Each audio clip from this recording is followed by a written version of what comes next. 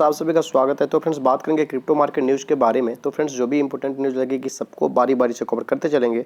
तो फ्रेंड्स बात कर लेते हैं सबसे पहले वाले न्यूज़ के ऊपर। तो फ्रेंड्स ये है कि साउथ अफ्रीकन जो सेंट्रल बैंक के गवर्नर है, उन्होंने कहा कि जो रेगुलेटर्स हैं, पॉलिसी मेकर्स हैं, उनको इन्वॉल्व होना चाहिए, उनको अवश्य इन्वॉल्व होना चाहिए। किस चीज़ में?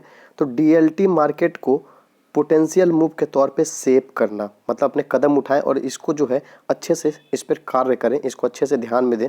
तो चलो फ्रेंड्स अब थोड़ा सा नीचे आते हैं। तो अब कुछ भी यहाँ से जितना सारा चीज़ लिखा है, जितना पढ़ेंगे लोग उतना ज़्यादा फ्रेंड्स ये जो है कॉम्प्लिकेटेड हो जाएगा। तो सीधा मेन जो मैटर है ना, हाईलाइट उसे पे आते हैं, तो यहाँ से ज़्यादा कुछ क्लियर हो जाएगा।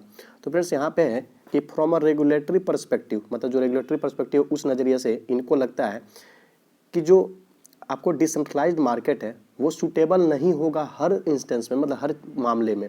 जैसे कि इन्होंने कुछ एग्जांपल देकर बोला, जैसे कि डिसेंट्रलाइजेशन जो है वो गारंटी नहीं देता है achievement of public policy objectives. जिस तरह से पब्लिक की पॉलिसी ऑब्जेक्टिव्स है, जैसे कि कंज्यूमर प्रोटेक्शन, फाइनेंशियल स्टेबिलिटी और उसी के साथ साथ सेफ्टी और साउंडनेस, इनका कहना है कि ये सब चीज़ के लिए डिसेंट्रलाइजेशन जो है ये पूरी तरह से गारंटी नहीं उठाता है। साथ ही साथ इसमें बहुत सारी की इस तरह की खामियां हैं। और इसके अलावा फिर से इनको कहना है, इसलिए इनको लगता है कि जो आप मतलब सेंट्रल बैंक के जो रेगुलेटर्स हैं, पॉलिसी मेकर्स हैं, इसलिए इनको लगता है कि आप ब्रॉड वे में सोचें और जो है डीएलटी मार्केट पे ज़्यादा आप ध्यान दें।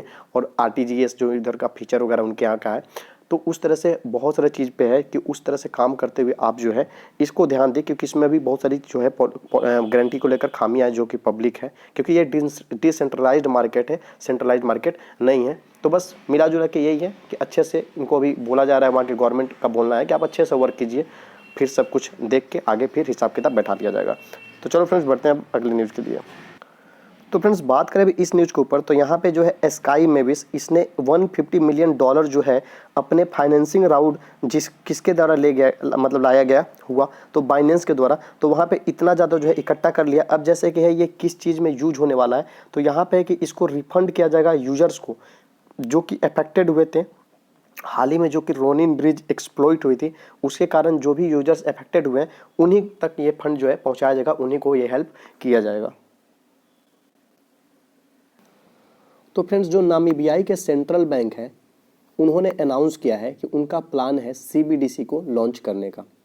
तो फ्रेंड्स थोड़ा नीचे आते हैं, तो यहाँ पर है टेढ़ा बड़ा नाम है, गवर्नर है किसके, तो बैंक ऑफ नाम्बिया का।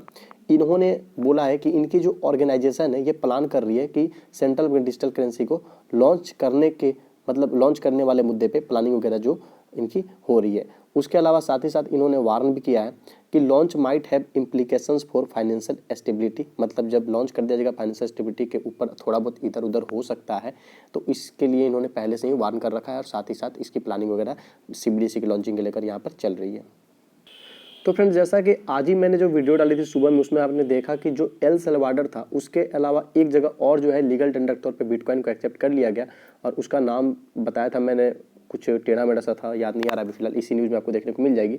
तो यहाँ पर जो मैक्सिकन के जो प्रेसिडेंट है, ये भी कंसिडर कर रही है क्या चीज़ के लिए, तो बिटकॉइन को अपने यहाँ पर लीगल टेंडर बनाने के तौर पर। तो चलो फ्रेंड्स फटाफट से इस न्यूज़ को कवर करते हैं, ज़्यादा टाइम यहाँ पे नहीं देंगे।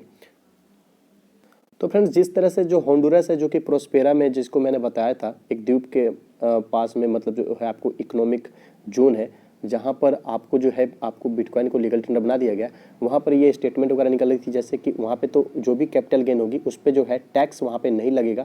साथ ही साथ आप जो है वहाँ पर बिटकॉइन को फ्रीली यूज कर सकते हो। किस तौर पर? तो टैक्सेज को पे करने के लिए और फी को पे करने के लिए उनके न्याय क्षेत्र के अंदर में।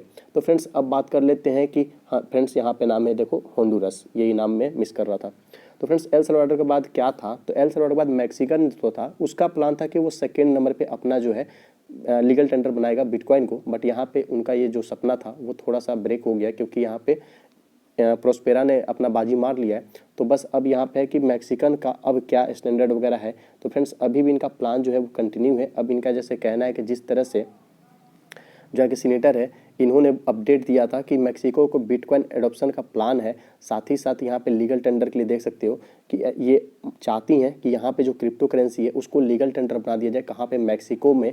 कब? तो एल सल्वाडोर के बाद सेकेंड नंबर पे इनका कहना था। ये थोड़ी पहले की बात है, लेकिन अब जैसे कि यहाँ पर आपको पता है कि ऑलरेडी सेकंड नंबर पे कोई और आ चुका है, तो अब इनका प्लेस थर्ड फोर्थ जहाँ पे जाए जब जिस दिन ये बनाएंगी। तो यहाँ पे है कि जिस तरह से ये लोग बैठा रह गया, तो उस मामले में जो बिटकॉइन लीगल टेंडर था मैक्सिको में जो बनाने का इनका प्लान था, तब तक कोई और बना लिया है। तो बस बात ये मिला जुला का कि इनका भी प्लान है लीगल टेंडर करने का। इस पे इनके यहाँ की जो सीनेटर हैं उस पर राय विचार हो रही है, और बहुत पहले भी इन्होंने कहा था कि एल सल्वाडोर के बाद हम लोग लीगल टेंडर बना लेंगे, बट ऐसा हुआ नहीं। बस यही है। तो फ्रेंड्स अभी के टाइम में बहुत ज़्यादा मार्केट में न्यूज़ नहीं थी, सो अभी के लिए बस इतना ही। फिर से रात में जो भी अपडेट्स आएगी मैं आपको अपडेट कर दूंगा अपने वीडियो में। तो फ्रेंड्स अगर वीडियो पसंद है तो प्लीज़ लाइक करो, चैनल अपने तो सब्सक्राइब करो, सपोर्ट करो। मिलता है अपने नेक्स्ट वीडियो में।